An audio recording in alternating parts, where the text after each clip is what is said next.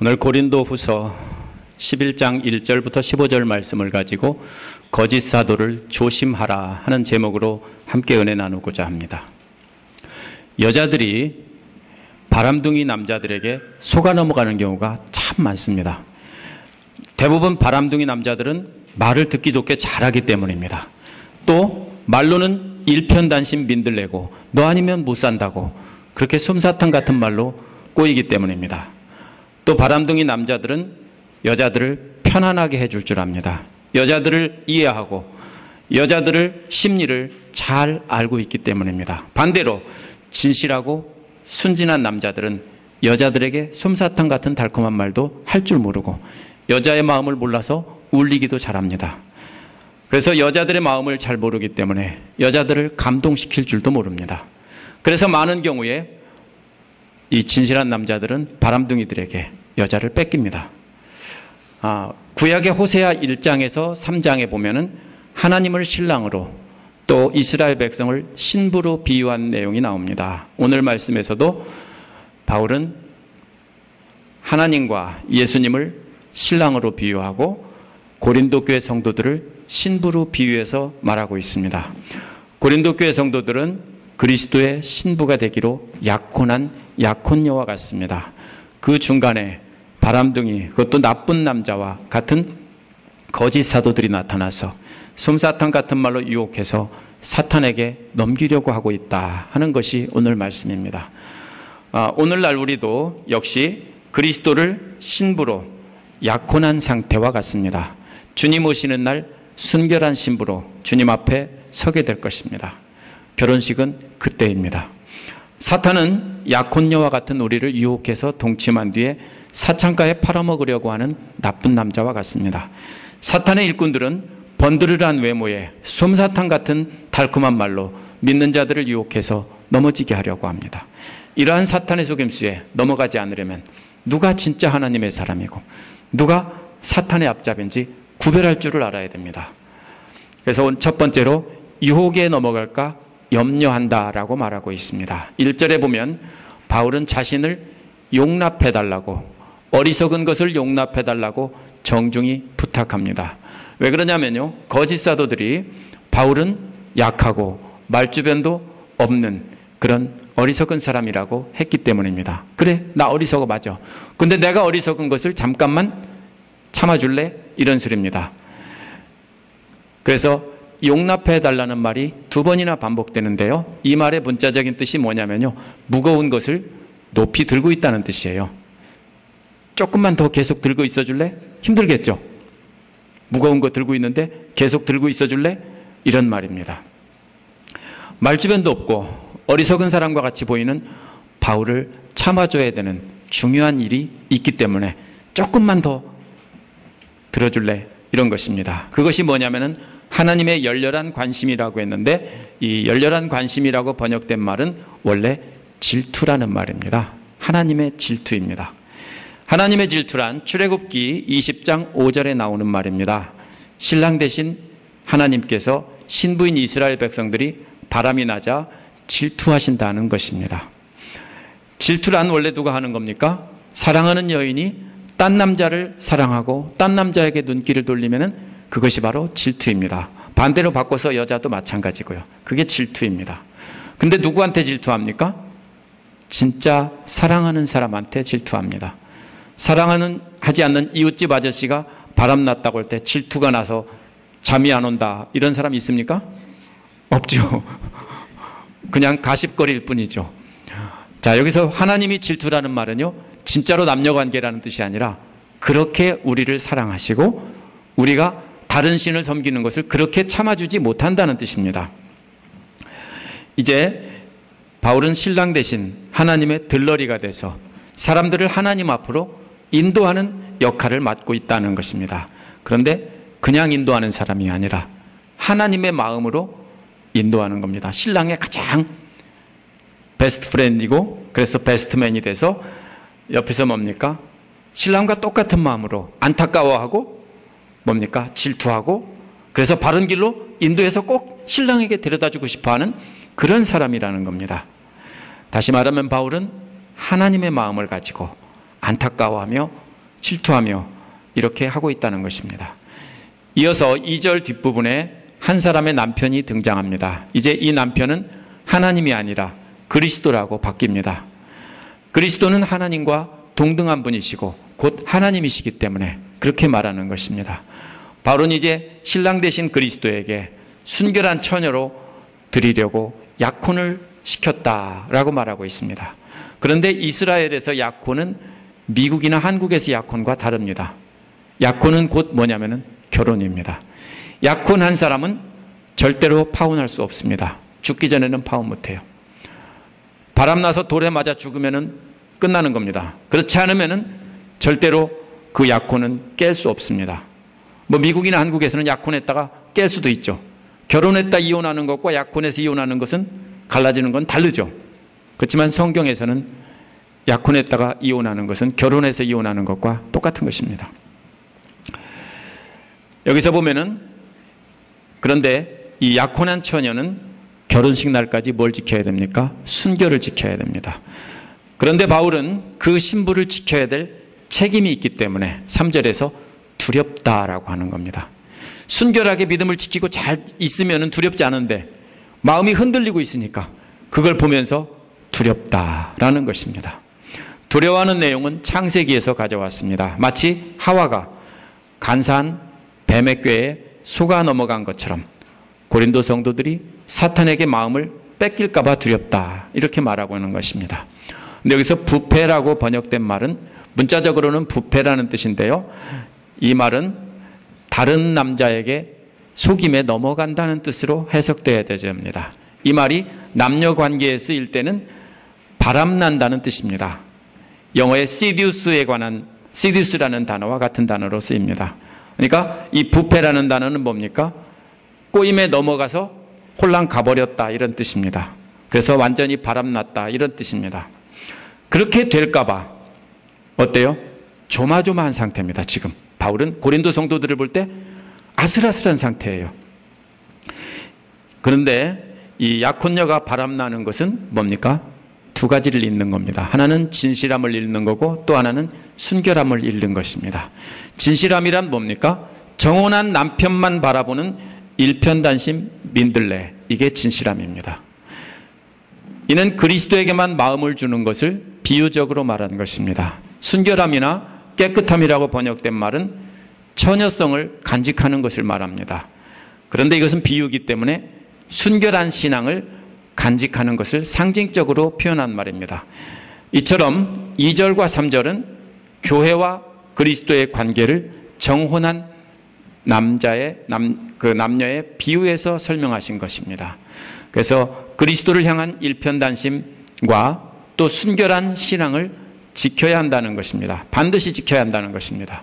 그런데 지금 고린도 성도들이 바람둥이, 그것도 나쁜 남자에게 넘어가기 일보 직전이기 때문에 정말로 걱정이 된다는 겁니다.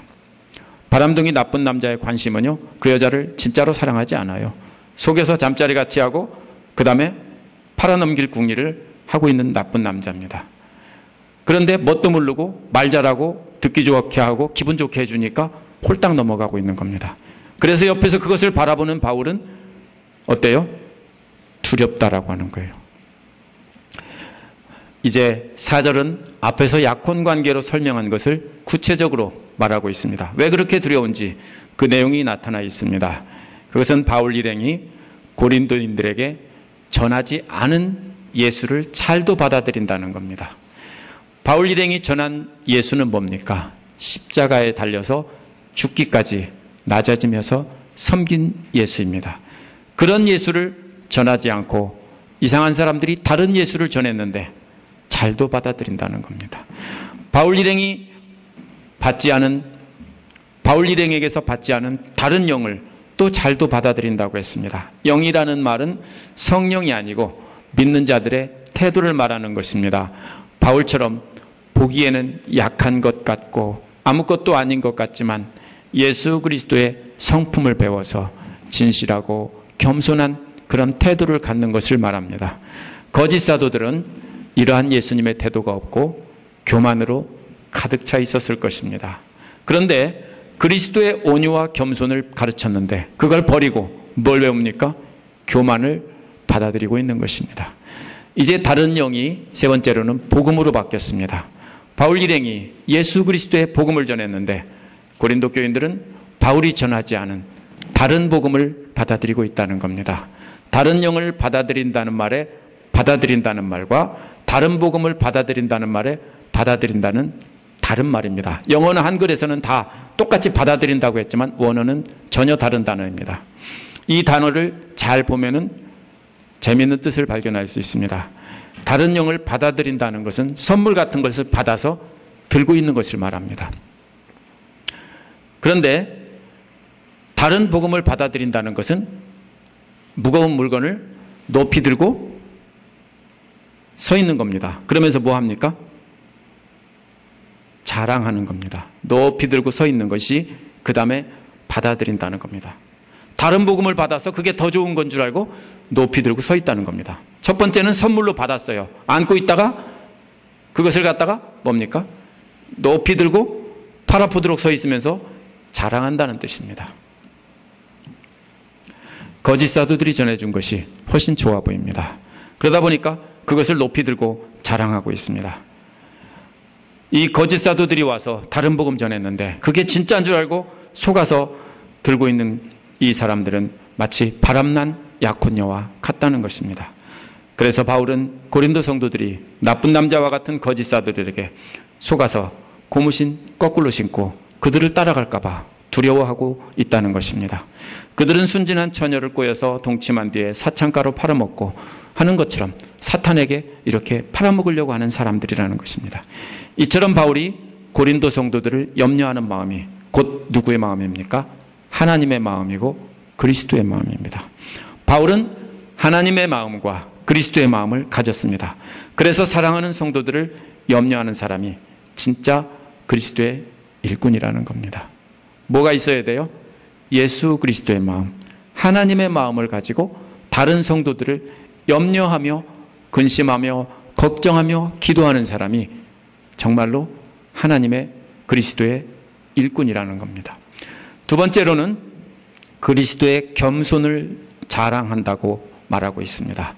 고린도 성도들이 바람둥이 같은 거짓 사도들의 달콤한 속삭임에 지금 반쯤 넘어가 있습니다. 거의 넘어가 있습니다. 근데 뭐만 안 움직이냐면 아직 행동만 못하고 있는 겁니다. 아직 고무신 거꾸로 신고, 왜 거꾸로 신는지 아세요? 올라갈 때 대도리에다가 신발을 벗어놓고 올라가면은 급히 나가다 보면은 돌려 신을 새가 없으니까 거꾸로 신고 막 뛰어가는 겁니다. 그래서 고무신 거꾸로 신고 간다고 하는 거거든요. 자, 지금 이미 괴나리 보찜을 싸서 가슴에다 안고 나쁜 남자를 따라갈 준비를 끝내고 뛰어나가려고 가슴이 설레고 있습니다. 그런데 바울은 너무 답답한 나머지 이 바보야, 잘 좀 봐. 이런 상황에서 진실남인 바울은 자신이 바람둥이보다 부족한 게 뭐가 있니? 따지면서 자신이 그리스도의 약혼녀를 얼마나 사랑하는지, 그래서 얼마나 그리스도에게 넘겨주고 싶어 하는지 그 마음을 아니 하면서 자랑하고 있는 것입니다. 5절에서 바울이 자신이 저 거물급 사도들보다 못할 것이 조금도 없다고 생각한다고 했는데 어떤 사람들은 이 거물급 사도라는 말을 베드로나 요한이라고 생각하는데 절대 아닙니다. 베드로와 요한이 거물급 사도입니다. 그런데 바울은 베드로와 요한을 대적한 적이 없습니다. 지금 뭡니까? 돈을 모아서 그분들에게 보내줘서 그분들이 어려움 당하고 있는 것을 도와주려고 하고 있는데 거꾸로 그분들을 욕한다는 것은 말이 안 됩니다. 그러면 뭡니까? 이 말은 거짓 사도들이 한 말을 받아서 빈정거리는 겁니다. 거짓 사도들이 와서 자기들이 진짜로 예수님을 만났고 예수님께 배웠고 자기들이 진짜 사도다. 바울 저거 가짜야. 예수님하고 우리가 같이 배울 때 있은 적도 없고 이런 식으로 떠드는 겁니다. 그러니까 그 말을 받아서 빈정거리는 말투로 하는 소리입니다. 다시 말하면 저 위대하신 사도분들보다 내가 부족한 것이 뭐냐? 이렇게 말하고 있는 겁니다. 바울은 거짓 사도들은 바울을 비난하고 깎아내리면서 자신들이 거물급인 것처럼 말하고 행동한 것을 되받아치고 있는 겁니다. 거짓 사도들이 바울을 깎아내린 내용이 6절에 나오는 말에는 능하지 못하다는 것입니다. 이 말에 있어서 이건 무슨 뜻이냐면요, 말에 있어서는 바보다는 소리예요. 완전 바보라는 소리예요. 천치라는 소리예요. 말에 있어서는 바보야. 맞아. 너희들이 바보라며? 맞아. 말에 있어서는 나 바보야. 이 소리입니다.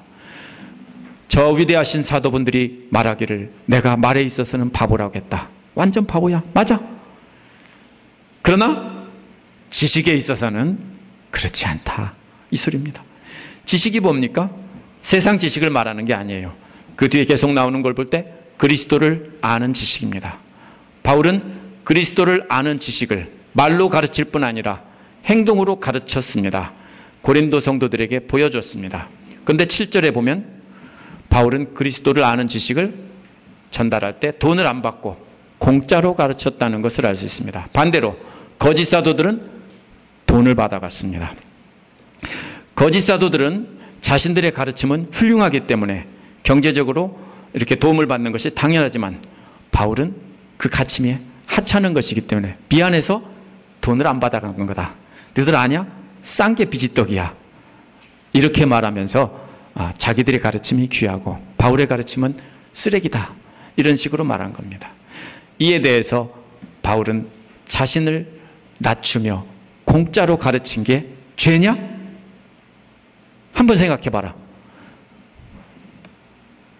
싼 게 비지떡이지만 때로는 아주 귀한 것을 공짜로 줄 때도 있어요. 자신이 자신을 낮추며 공짜로 가르친 것은 천막 만드는 일을 직접 하면서 그리스도를 아는 지식을 전했습니다. 그런데 천막 만드는 일은 당시에 노예들이나 하는 아주 힘든 노동이었습니다. 천하게 생각하는 일이었습니다. 그랬기 때문에 고린도 교회 안에 있는 신분이 높은 사람들, 귀한 사람들은 이런 바울을 우습게 여겼을 수 있습니다. 그럴 수 있죠, 여러분들도. 그죠? 바울은 믿음도 없이 교회를 자기들 마음대로 휘두르려고 하는 그런 고린도 교회 귀족들에게 경제적인 도움을 받으려고 하지 않았어요. 그래서 엎드려서 달라고 하면 줄 텐데 뭐라고 하고 있습니까? No 하면서 안 받는 거예요.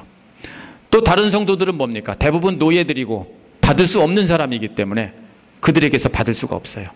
이런 상황이기 때문에 바울이 간단한 것은 그 귀족들에게 머리를 숙이면서 그들이 하자는 대로 하면서 따라가면은 바울은 편안히 사역할 수 있어요. 근데 노하고 거부하면서 지금 안 받고 있는 겁니다. 그래서 스스로 천한 노동을 하면서 자신을 낮추면서 고린도 교회 성도들을 높여준 것입니다. 그러면서 고린도 성도들을 가르치면서 그리스도를 아는 지식을 값도 안 받고 선물로 거저준 것입니다. 근데 그게 죄냐는 것입니다. 당시 고대 사회는 아랫사람들을 높은 사람들이 보호해주면, 군대를 통해서 지켜주면 그 대가로 뭡니까? 자기들이 노동한 노동력, 이 모든 것을 대가로 세금처럼 바치는 것이 예입니다. 주고받는 것입니다. 존경과 돈을 바치고 귀족이나 힘 있는 사람들은 사람들을 지켜주는 것입니다. 그런데 지금 이 노예는 어떤 겁니까? 어떤 일을 해도 아무런 대가를 받을 수 없어요. 왜냐하면 주인의 소유물이기 때문에 노예는 주인이 시키는 대로 하고, 그래서 바울은 그리스도의 종이었기 때문에 값없이 복음을 전했다, 이런 것입니다. 그런데 바울이 복음을 전할 때 그 비용을 대준 사람이 있습니다. 공짜로 한 게 아니고 마케도니아 성도들이 대줬습니다. 마케도니아는 데살로니가 교회나 빌립보 교회 같은 곳인데 그리스의 발칸반도 가장 북동쪽 끝부분에 있는 부분입니다. 근데 이 사람들은요, 남쪽 아가야는 아테네와 고린도가 있는 남쪽, 여기는 좋은 지역입니다. 여기 있는 사람들과 비교할 때 비교가 안 됩니다. 누가 훨씬 더 힘있고 부자들이고 중심지냐면요, 아가야 지방이 중심지라면은 마케도니아는 물론 알렉산더 때는 중심지였지만 변두리입니다. 알렉산더도 변두리에 있으면서 그리스를 점령하고 남쪽으로 내려왔어요. 자, 그런 것을 볼 때 사실은 마케도니아 사람들이 아가야 사람들을 돕는다는 것은 말이 안 돼요. 그런데 뭡니까? 저들은 바울과 같은 하나님의 마음을 가졌기 때문에 바울이 선교하는 것을 안타깝게 여겨서 맨몸으로 선교하면서 뭡니까? 노동하며 선교한다는 것을 알고 마케도니아 성도들이 와서 바울에게 준 거예요. 이 바울이 삭스를 다른 교회에서 받았다는 말을 정확히 번역하면은 강도짓했다는 뜻입니다. 쉬운 말로 번역하면은 고린도 성도들을 섬기기 위해 칼만 안 들었지 내가 강도처럼 완전히 털어왔다는 뜻입니다. 이게 본문의 말의 뜻이에요. 이 당시의 기록을 보면 이 말은 어떤 때 쓰였냐면요, 전쟁터에서 죽은 군인의 옷을 벗겨가고 식량과 무기를 탈취해가는 것이 바로 이 강도짓한다는 말이에요. 상상이 되세요? 오늘날은 전쟁에서 사람 죽으면 옷 안 벗겨가죠? 그 당시에는 빨가벗겨서 다 가져갔어요. 왜요? 옷이 귀한 보물이기 때문에. 이렇게 뺏어가는 것이 바로 이 강도짓한다는 거예요. 그러면 뭐처럼 됐어요? 지금 마케도니아 성도들은 벌거벗은 시체처럼 됐어요. 이게 뭔 뜻인지 아세요? 자기들이 넉넉한 데서 조금 나눠줬다는 뜻이 아닌 거예요. 그러면은 고린도 성도들을 섬기기 위해 마케도니아 성도들에게 벌거벗기듯이 다 뺏어서 털어왔다는 뜻이에요. 바울이 강도짓했다는 거예요. 몽땅 뺏어왔다고요. 옷까지 다 벗겨왔다는 뜻입니다. 당시 이렇게 가난한 마케도니아 지역이 부유한 아카야 지방을 돕기 위해서 이렇게 했다는 것은 마케도니아 성도들은 분에 넘치게 헌금을 해서 바울을 도왔다는 것을 사도행전과 여러 군데를 보면 나옵니다. 그들이 얼마나 힘든 가운데 헌금한 건지 그림처럼 그리기 위해서 죽은 군인의 옷을 벗기는 그 단어를 사용해서 이렇게 말하고 있는 것입니다. 9절을 보면 바울은 고린도 성도들과 함께 빈곤한 생활을 했습니다. 아무것도 먹을 것이 부족해서 제대로 먹을 수 없었다는 겁니다. 오늘날은 먹을 거 있어도 남들보다 적게 가졌으면 빈곤하다고 하죠. 고대에는 그게 아니에요. 먹을 것만 있으면 부유한 겁니다. 근데 빈곤하게 살았다는 것은 먹을 게 없었다는 뜻이에요. 그런데 고린도 성도들 아무에게도 누를 끼치지 않았다고 했는데, 누를 끼친다는 말은 남에게 무거운 짐을 올려놓는다는 뜻입니다. 짐을 많이 올려놓으면 어떻게 될까요? 계속 들고 있으면 팔이 아파서 무감각해지겠죠? 팔이 마비되는 거예요. 그 단어를 쪼개보면 그런 뜻입니다. 들고 있다 너무 무거워서 팔이 마비된다는 뜻이에요. 근데 그렇게 안 했다는 겁니다. 무거운 짐을 운반하는 노예에게 너 이것도 더 들고 가 하고 더 얹어주는 거예요. 그러면 무거워서 팔이 마비되는 거예요. 팔이 떨어져 나가는 것 같다고 우리는 그러죠? 그런 소리예요. 왜 그러냐면은 마케도니아에서 온 형제들이 바울에게 필요한 것을 주었기 때문에 고린도 성도들에게 짐을 얹어주지 않았다는 것입니다. 그래서 그렇게 노력을 했고 앞으로도 계속 그렇게 하겠다는 겁니다. 그것을 지키겠다는 서약하는 내용이 10절입니다. 개역성경은 그리스도의 진리가 내 속에 있으니 라고 문자적인 번역을 했는데요, 실수한 겁니다. 잘못 번역했어요. 이것은 새 번역처럼 그리스도의 진실을 걸고 말한다는 맹세입니다. 진짜라는 거예요. 이게 그리스도의 진실함에 걸고 내가 맹세한다는 그런 뜻입니다. 진리라기보다는 진실이라고 참이라고 번역해야 맞습니다. 그리스도의 진심에 걸고 내가 맹세를 한다, 이런 말입니다. 뭘 맹세합니까? 아가야 지방에서 바울이 이런 자랑하는 것을 누구도 막지 못한다. 자랑이 뭡니까? 자기가 힘들게 일했는데 마케도니아의 저 북쪽에 있는 사람들이 벌거벗다시피 해서 다 나눠줘서 이 사람들을 돕고 있다. 이 자랑을 아무도 막지 못한다고요. 충격적인 사실이기 때문에 그래요. 예를 들면 서울의 성북구나 저 북쪽의 가난한 달동네에서 압구정동 사람들을 도와줬다, 이런 소리하고 비슷한 소리입니다. 그런데 여기서 뭐라고 했습니까? 그것이 아가야 지방의 경계선 안에서라는 말입니다. 경계선이라는 것은 사실은 옛날에는 담을 쌓거나 어떤 표시가 있겠죠. 아무도 그 자랑이 퍼져나오지 못하게 담을 쌓지 못한다는 뜻입니다. 결국 이런 자랑은 아가야 지방 전체에 다 퍼지도록 계속 자랑할 것이다. 이 말은 로마서 3장 19절에 모든 입을 막고라는 데 쓰여졌거든요. 결국 그러면은 바울이 자랑하는 입을 막지 못할 것이다, 이런 뜻으로 해석할 수 있습니다. 왜 이렇게 자신은 노예처럼 낮아지면서 겸손히 섬긴 것을 널리 자랑합니까? 왜 가난한 마케도니아 성도들이 발가벗겨지듯 모든 것을 다 줘가며 바울을 도운 것을 자랑합니까? 바울이 왜 그런 자랑 왜 해요? 그것은 바울의 마음이 이처럼 진실하고 순박한 사랑이라는 거예요. 저렇게 다 줘가면서 너희들하고 관계도 없는 쟤들이 너희들을 위해서 내게 다 줘가면서 너희들에게 복음 전하라고 하고 있으니까 이것이 얼마나 진실한 사랑이냐. 너 속지 말고 눈 크게 뜨고 내 진심을 알아주겠니? 이런 말이에요. 그런데 이 나쁜 남자 같은 거짓 사도들에게 속지 말라는 거예요. 자신뿐 아니라 마케도니아 성도들도 홀딱 벗어서 도와주고 있으니까 제발 좀 그 진심을 믿어달라고 힘줘서 말하고 있는 것입니다.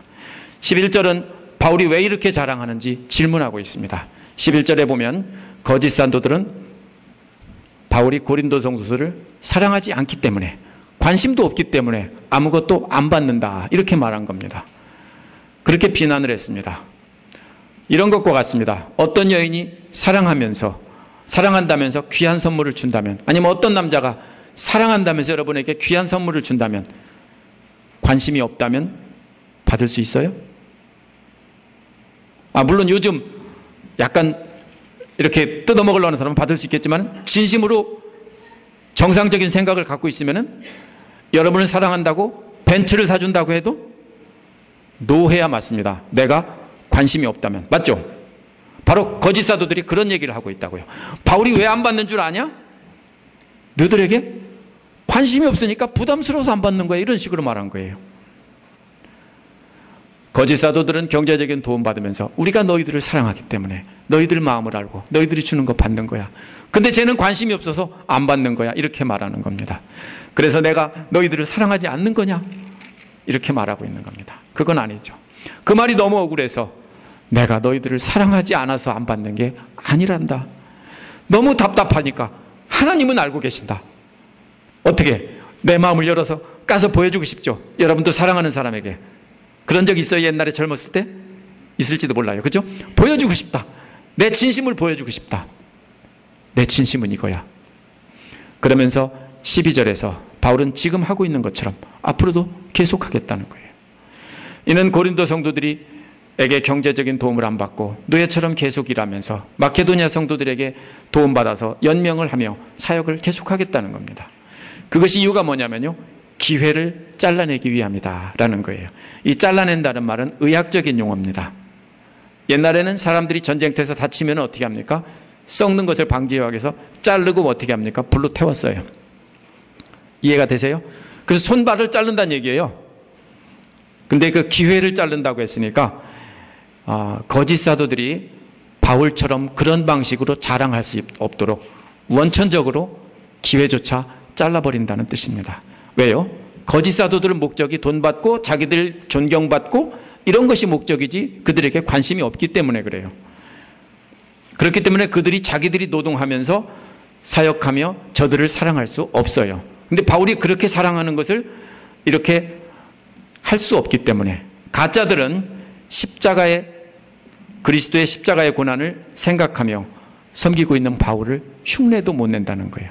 그러니까 저들이 자랑하는 것을 원천적으로 자기들처럼 흉내내서 나도 바울하고 똑같아 이렇게 말하지 못하게 하려고 그 기회조차 잘라버리기 위해서 이렇게 자랑하고 있다, 이런 뜻입니다. 이제 바울은 그리스도의 안타까운 마음을 압니다. 그리스도의 마음을 가졌기에 지금 마음을 뺏긴 이 약혼녀를 되찾아서 신랑 대신 그리스도께 돌려드리려고 하고 있는 것입니다. 그렇기 때문에 이처럼 자기의 겸손을 자랑하며 이렇게 도움받은 것을 자랑하며 처절하게 호소하고 있는 겁니다. 제발 좀 그 괴나리 붙임 내려놓고 앉을래? 앉지 않을래? 거꾸로 신고 나가지 않았으면 좋겠어. 이 얘기하고 있는 거예요. 그래서 세 번째로는 가짜들에게 속지 말라, 이렇게 선언하고 있습니다. 13절에서 15절은 이제 거짓 사도들의 가면을 벗기고 직접 공격하기 시작합니다. 요즘 유행하는 3, 4년 됐다고 그러죠? 돌직구를 날리는 겁니다. 유행어죠. 13절 맨 앞에 왜냐하면이라는 말이 있습니다. 왜 가짜들의 속임수에 기회조차도 잘라버리려고 하냐 하면은 저들은 거짓 사도이기 때문이다 라는 겁니다. 이런 사람들은 이라는 말은요, 아주 부정적인 경고를 할 때 손가락으로 지적하면서 하는 말이에요. 좀 더 속된 표현을 하면 한국말로 번역한다면 이렇게 번역해야 돼요. 이런 것들은 싹 잘라버려야 돼. 이런 것들은 가짜야. 이렇게 말하고 있는 거예요. 근데 성경에다 그렇게 말할 수가 없으니까 이런 사람들은 점잖게 번역했는데 원어에 의미는 이런 것들은 말이야 다 없애버려야 돼. 거짓 사도야. 이런 말입니다. 또 속이는 일꾼이라고 했습니다. 이는 앞에서 3절에 간사한 꾀라는 말과 연결되는 말입니다. 간사한 꾀로 속이는, 뱀이 하와를 속인 것처럼 그렇게 간사한 꾀로 너 하나님처럼 높아질 수 있어? 이렇게 해가지고 속이는 것처럼 그렇게 속인다는 거예요. 여자들의 허영심을 이용해서 속이죠. 내가 뭐야? 재벌 2세야. 내가 고시 합격한 그래서 지금 사법연수생이야. 내가 어느 의대 졸업하고 지금 사기꾼들이 되게 그렇게 해요. 내가 S대를 나왔거든. 우리 아버지가 이러이러한 회사 사장이야. 이렇게 거짓말해서 그 바보 같은 말에 어떻게 합니까? 속아 넘어가는 여자들 있어요, 없어요? 꽤 많아요. 그것도 똑똑한 여자들이 속아 넘어가는 경우가 꽤 많아요. 지금 바로 여기서 그런 거예요. 이제 까발리면서 저거 가짜라는 거예요. 이런 것들은 하면서 말하고 있는 겁니다. 저들은 뭡니까? 마치 이런 것과 같습니다. 속이는 일꾼이라고 했거든요. 속이는 일꾼이 뭡니까? 마치 여러분들이 사업체를 운영하는데 성실한 일꾼인처럼 들어와서 열심히 일하니까 돈과 금고 열쇠와 모든 것을 다 맡겨주고 다른 데로 가서 사업체를 열었어요. 근데 돈 다 빼돌리고 물건 다 빼돌려 팔고 이런다면 그게 바로 뭐예요? 속이는 일꾼이에요. 이런 것과 같다고요. 그리스도의 사도로 가장에서 들어왔는데 실제로는 뭡니까? 속이는 일꾼이에요. 목적은 자기들이 돈 받고 명예 뭐 이런 거예요. 어떤 분에게 제가 목요일 날 점심때쯤에 전화를 받았어요. 설교 준비를 열심히 하고 있는데 뭐라고 말하고 있냐면요. 자기가 테네시에 있는, 제가 어느 도시라고는 안 하겠습니다, 순복음교회 목사래요. 찾아보니까 인터넷에 홈페이지도 없고 어떤 기록이 없어요. 근데 뭐라고 하냐면요. 자기가 신유의 은사를 받았는데 자기가 기도하면 아픈 사람들 다 낫는데요. 그러니까 집회를 할 수 있게 좀 허락을 해주겠냐. 자기가 돈은 많이 안 받는다. 이러면서 해요. 그래서 정중하게 제가 거절을 했습니다. 뭐가 잘못됐어요? 여러분이 기도하면 나아요. 맞죠? 다른 사람의 힘을 빌릴 필요가 없어요. 하나님이 그렇게 한다고 한 적이 없어요. 그래서 우리 교회는 그런 거 안 합니다 하고 끊었습니다. 속지 마세요. 왜요? 아픈 사람은 어떻게 해요? 아시니까 붙잡아요. 그죠? 병원에서도 안 된다고 하면 그 다음에 어떻게 해요? 그런 가짜들 붙잡아요. 그래서 다 털리는 거예요. 이게 속이는 일꾼이에요. 진짜 그리스도의 사도이고 진실한 일꾼인지는 말로 확인할 수가 없습니다. 솜사탕과 같이 달콤한 말로 사랑한다고 말하는 남자는 말로는 그 진심을 확인할 수 없는 것과 같습니다. 말은 진짜로 눈에다 침 발랐는지 약 넣고 와서 진짜 눈물을 뚝뚝 흘리면서 제발 좀 나 좀 도와달라. 내가 사업을 시작했는데 얼마가 필요하면 내가 벌쩍 일어날 수 있다. 그렇죠? 어떻게 합니까? 진짜는 진정한 그리스도의 사도인지 그 진심을 알려면 바울이 말하고 있는 것은 그리스도의 겸손을 본받아서 따르고 있는지 그걸 확인해 보라는 거예요. 바울이 그래서 자기가 그렇게 겸손하게 섬기고 있다는 것을 자랑한 거예요. 그게 진짜라는 거예요. 자신이 겸손하게 섬긴 것을 자랑하면서 저들의 가면을 확 까발리면서 이런 거는 가짜고 앞에서 자랑한 것은 나는 진짜, 이렇게 말하는 겁니다. 예수께서도 마태복음 7장 15절에서 뭐라고 했냐면 거짓 선지자들을 삼가라. 양의 옷을 입고 너희에게 나오나 노략질하는, 속에는 노략질하는 일이라 하셨습니다. 그러면서 예수님께서 바로 그 다음에 가면 벗기는 법을 16절에서 가르쳐 주셨어요. 열매를 보아 그들을 알지니. 이게 가면 벗기는 법이에요. 그럼 말을 보고 믿으면 안 돼요. 뭘 보고 믿어요? 열매를 보아 그들을 알지니. 그들에게는 그리스도의 겸손의 열매가 있다면 진짜입니다. 없다면, 교만으로 가득 차 있다면 가짜입니다. 양의 탈을 쓰고 도둑질하러 온, 노략질하러 온 가짜입니다. 고린도 성도들은 바울이 저들의 가면을 확 벗기자 깜짝 놀랐습니다. 그러나 지금까지 밝힌 것은 다가 아니고 더 놀랄 만한 일이 있으니까 놀라지 말라 하고 14절에서 말하고 있는 겁니다. 놀라지 마. 더 놀랄 일이 앞으로 산더미 같이 있어. 뭔데? 사탄도 빛의 천사로 가장한다. 개역에서는 광명의 천사로 가장한다. 빛이나 광명, 이거는 무엇을 뜻하는 거냐면요, 하나님이나 예수 그리스도를 상징하는 말이에요. 빛이라는 것은. 그러면은 자기도 하나님의 천사로 사탄은 가장하고 사람들에게 온다는 거예요.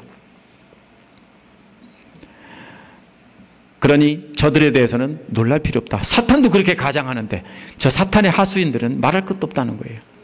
15절에서 그렇게 놀랄 필요 없다고 또 말합니다. 왜냐하면 사탄의 일꾼들은 진짜 그리스도의 일꾼으로 가장한다고 해도 사탄도 가장하는데, 사탄도 사기치는데 사탄의 하수인들이 사기치는 거야. 말할 것도 없다는 거예요. 바울은 고린도에 온 거짓 사도들을 사탄의 일꾼이라고 확정을 합니다. 그러면서 그들의 마지막은 그들의 행한 대로 될 것이다. 하나님께서 쟤들 반드시 심판할 거야. 영원히 멸망할 거야.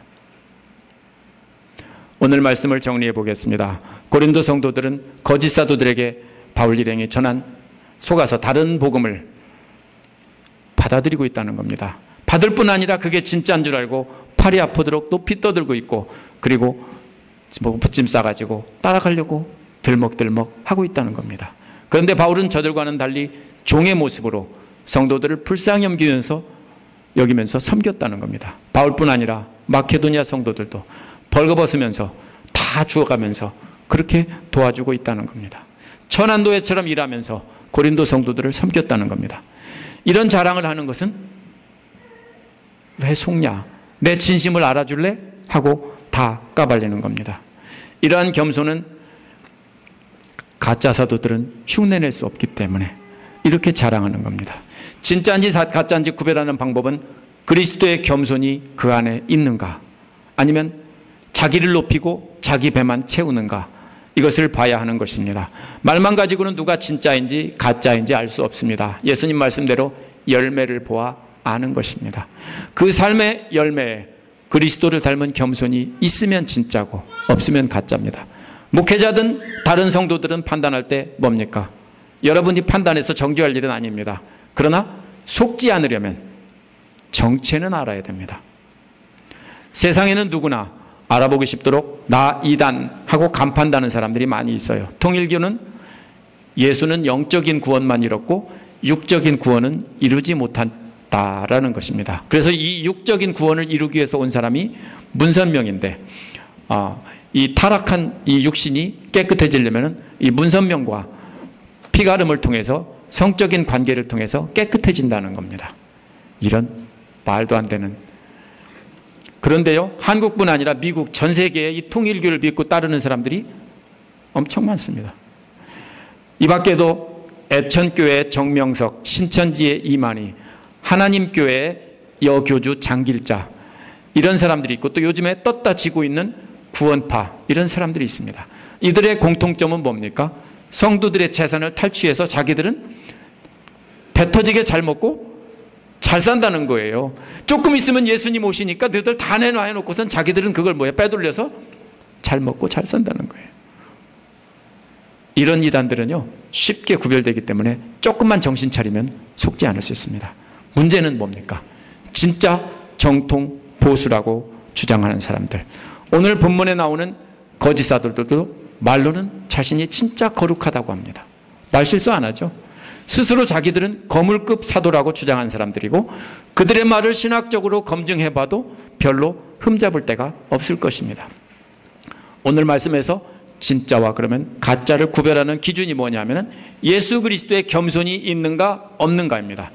누구든지 십자가에 달리시기까지 순종하신 예수님의 겸손을 따라가며 100% 따를 수는 없죠. 목사도 사람인데. 그러나 따르려고 애를 써가면서 고민해가면서 몸부림쳐가면서 그것을 가르치면 진짜지만 자기는 따르지도 않으면서 말로만 그럴듯하게 하고 뒤에서는 자기를 감추고 거룩한 척 한다면 뭐예요? 가짜예요. 가짜들은 예수님을 높이는 척하지만 예수님을 이용해서 자신을 존귀한 자리에 높입니다. 진짜와 가짜를 어떻게 구별합니까? 저는 가정생활에서부터 증명이 돼야 된다고 생각합니다. 굉장히 부담스럽지겠지만 사실입니다. 왜요? 그리스도의 겸손을 본받아서 배우자를 그렇게 섬긴다면 배우자와 머리 터지게 싸울 일이 없어질 겁니다. 그렇죠? 저도 마찬가지입니다. 여러분과 생각이 다르다고 해서 머리 터지게 싸운다면 뭡니까? 저도 교만한 것이죠. 만약 예수님의 겸손을 본받아서 때리면 맞고 끌어내리면 끌려 내려간다면 그렇게 싸울 일이 어디가 있습니까? 그러므로 뭡니까? 가짜와 진짜를 구별하는 기준은 그 마음에 교만이 가득하냐 아니면 예수 그리스도의 겸손을 가지고 있느냐 이거예요. 존 파이퍼 목사님이 미니아폴리스의 베들렘 침례교회에서 32년간 목회했습니다. 제가 굉장히 좋아하는 목사님인데요. 32년 동안 설교한 것이 인터넷에 다 올라와 있어요. 놀랍죠? 설교문까지 다 있어요. 그런데 그가 마지막 전한 설교에 이런 말이 있습니다. 당신이 예배 시간에 그리스도 안에 기쁨을 누리는 채 하면서 부와 안락함과 건강과 명랑과 쾌활함과 낙천적이며 흥미를 끄는 피상적인 농담으로 사람들을 유혹한다면 당신은 큰 교회를 만들 수 있을 것입니다. 후임자에게 하는 말이에요. 그러나 그 영광 속에서 그리스도는 보이지 않을 것입니다. 그리스도인의 삶은 갈보리의 길처럼 보이지 않을 것입니다. 후임자에게 이렇게 경고를 했습니다. 존 파이퍼 목사님이 지적한 내용은 옛날이나 오늘날 사람들이 다 좋아하는 일입니다. 복 받아라. 그렇죠? 예수 믿으면 축복받는다. 좋아하죠? 막 보이죠? 이 땅에서 부와 명예와 권력과 건강 이 모든 것을 다 받은 사람이 하나님의 진짜 축복을 받은 사람이다. 하나님이 축복하신 사람들은 다 잘되고 번영한다. 이렇게 말하면 아무리 성경을 바르게 가르친다고 해도 갈보리의 예수님의 십자가의 그 복음과는 아무 상관이 없습니다. 다른 복음, 다른 예수를 전한 거짓 사도들도 그렇게 말했을 겁니다. 예수님의 복음을 완전히 가르침을 싹 지운 게 아니에요. 가르치면서 뭐를 뺐습니까? 예수님의 겸손, 그 순종을 빼놓고 가르치면 그거는 다른 복음입니다. 부귀영화를 누리는 것이 하나님의 축복이고 예수 그리스도를 믿는 자의 축복받은 삶이라고 말한다면 번영신학이라고 하는 것이 많이 유행을 합니다. 목회자나 성도나 그리스도의 온유와 겸손이 그 삶에 있는가 하는 것이 진짜와 가짜를 구별하는 기준입니다. 진짜를 분별할 수 있는 지혜를 가지려면 먼저 예수 그리스도를 믿고 그분의 가르침을 배우고 삶으로 그분을 따라가야 합니다. 진짜와 가짜를 구별하는 길은 지난 시간에 말한 것처럼 예수 그리스도의 기준으로 예수 그리스도라는 자로 재보는 겁니다. 우리 모두 바울처럼 그리스도의 거룩한 신부들이 사탄의 속임수에 넘어가지 않도록 지켜주려는 그런 안타까운 마음이 있어야 됩니다. 여러분에게 그런 마음이 있어요. 여러분이 여러분 주변에 있는 친구, 우리 교회 성도들 아는 사람들을 사탄에게 넘어가지 않게 하기 위해서 안타까운 마음이 있느냐는 거예요. 그런 애타는 심정으로 우리를 자랑하며 권면할 수 있어야 됩니다. 우리가 그리스도를 닮은 겸손함을 말로가 아니라 삶으로 보여줄 때 사람들은 우리를 통해서 그리스도를 보고 속지 않을 수 있습니다. 거짓 사도들을 조심하십시오. 기도하겠습니다.